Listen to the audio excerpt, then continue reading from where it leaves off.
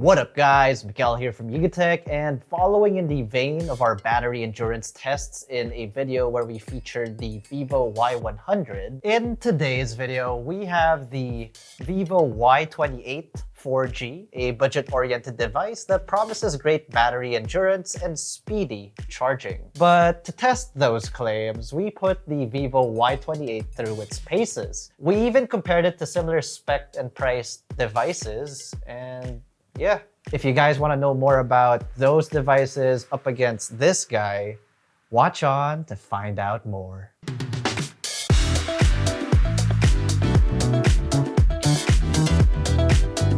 Now, before we get into the test results from the seemingly impressive 6,000 mAh battery of the Y28, let's talk more about the hardware that runs the show. The Vivo Y28 4G sports a MediaTek Helio G85 chipset. That's a 12nm chipset.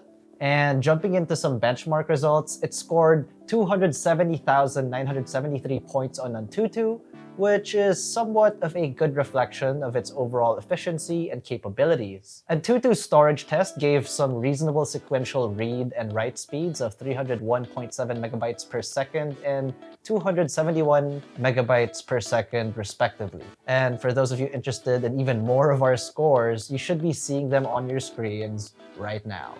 In Geekbench 6, the Vivo Y28 scored 433 points in single-core and 1,308 points in multi-core CPU tests, while the OpenCL and Vulkan tests registered scores of 582 and 1,112 respectively. Our Vivo Y28 4G review unit comes with 8GB of RAM and 128GB of internal storage. Users do have the option to extend their internal storage capacity with the help of a microSD card, because it does feature a hybrid microSD card slot.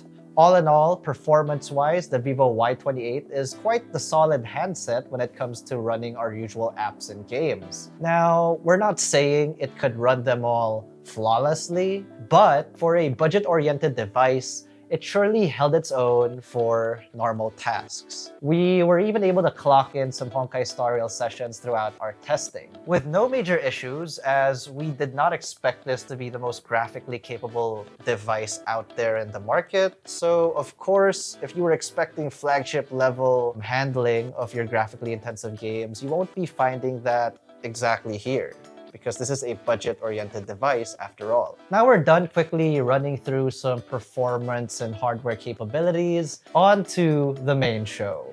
The Vivo Y28 is powered by a 6,000 mAh battery featuring 44 watts of flash charge technology. Let's go on to the tests. This time, the Vivo Y28 gets compared to some similarly priced and spec competitors. Now, in these first couple of tests, we're putting up the Vivo Y28 4G up against the Honor X7B. In our test utilizing PC Mark's Work 3.0 battery life test, the Vivo Y28 garnered a result of 22 hours and 5 minutes. The Honor X7B got 15 hours and 13 minutes.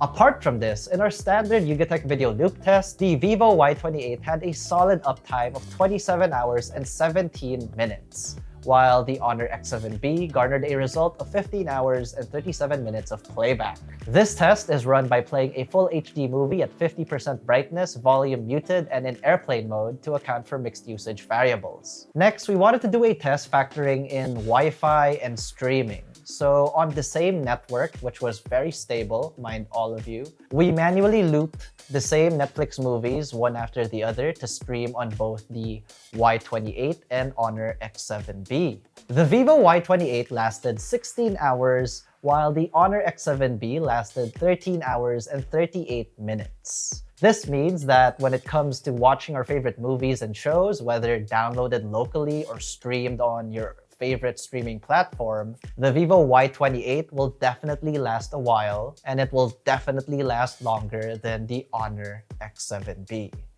In our next test, we focused on gaming. We found that the Y28 can provide users with 12 hours and 30 minutes of light gaming. The Honor X7B garnered 11 hours and 10 minutes of continuous gameplay. Our control game for testing was Mobile Legends Bang Bang. And it just goes to show that for less graphically intensive or more light gaming, this Vivo Y28 is definitely worth the cash, especially if all you think about is battery life, especially when on the go. So like, you know, gaming on the go, battery life, good. For heavy gaming, the Vivo Y100 lasted 8 hours and 20 minutes, while the Honor X7B resulted in 7 hours and 41 minutes of continuous gameplay. Our control game for heavy gaming was Honkai Star Rail. Both gaming tests were conducted with brightness and volume set to 50% over a Wi-Fi connection. So far, battery life is looking pretty good for the Vivo Y28 4G. But how fast does the phone charge from 0%? Let's compare it to the Realme C65. After draining both units, we utilized each device's included chargers. That's a 44-watt flash charger for the Vivo and 45 watts of charging with the Realme. From 0%, that means both units were charged or began charging when they didn't even have enough power to boot up. In 30 minutes, the Vivo Y28 charges up to 46%, while the Realme C65 speeds its way to 49%. That's 2,760 mAh out of the 6,000 mAh battery for the Vivo Y28 and 2,450 mAh out of the 5,000 mAh battery for the C65. After an hour, the Y28 jumps to 83%, now equating to 4,980 out of 6,000 mAh filled. But the Realme C65 takes the lead at 89%, filling 4,450 mAh out of its 5,000 mAh capacity.